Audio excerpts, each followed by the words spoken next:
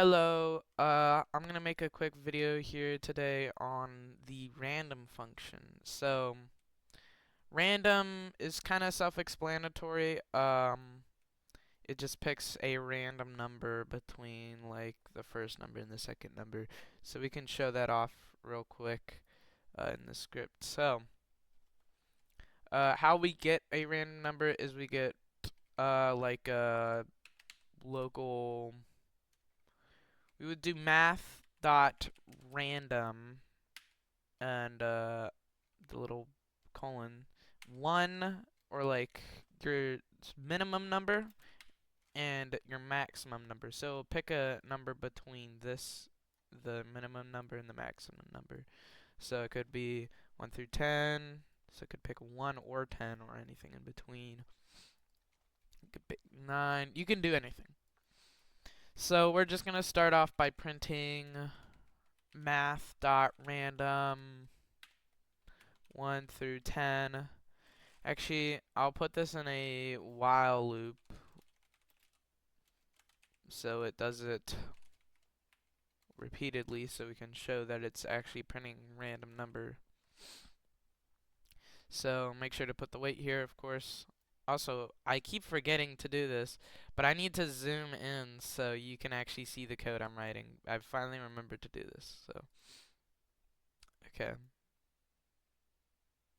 Oh.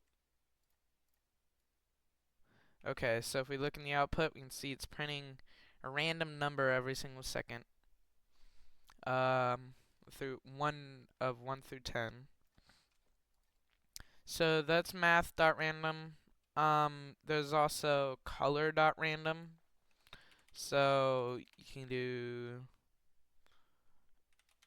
let's just do script.parent dot color equals color.random. This is a built-in function that will just make the color of something random. So there's a random color. We can do we'll put this in a while loop. So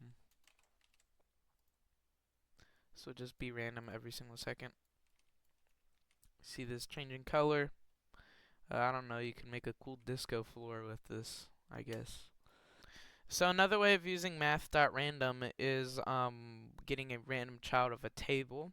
And how we would go about that is, let's try our example by getting a random player.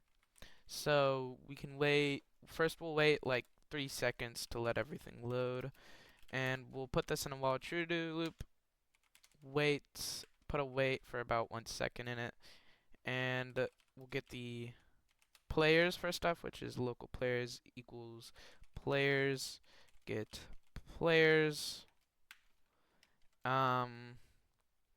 and local random player equals players. Put this little bracket here. So math.random 1 and a hashtag players. Alright, let me break this down. So this is misspelled.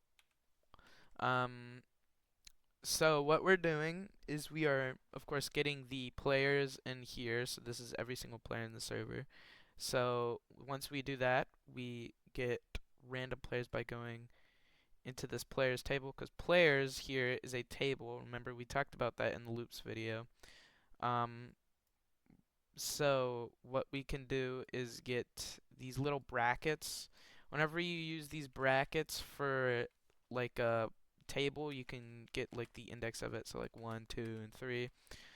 So what we do is we get the index, a random index, by doing math.random 1, because there's always going to be one player. If there's not, then the server wouldn't exist. So 1, and here hashtag players, whenever you put a hashtag like this for a table, it just gets you the amount of elements in that table. So now what we can do is print random player dot name, I guess, and to show that it's working, I'll play with 2 players.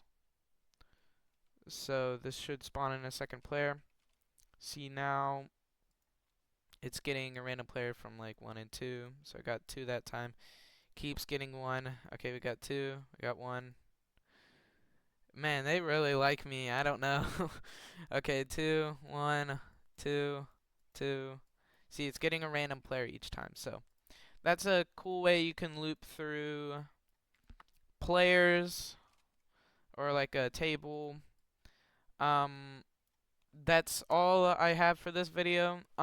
If you have any questions, you can ask me in the comments, and I will see you in the next video.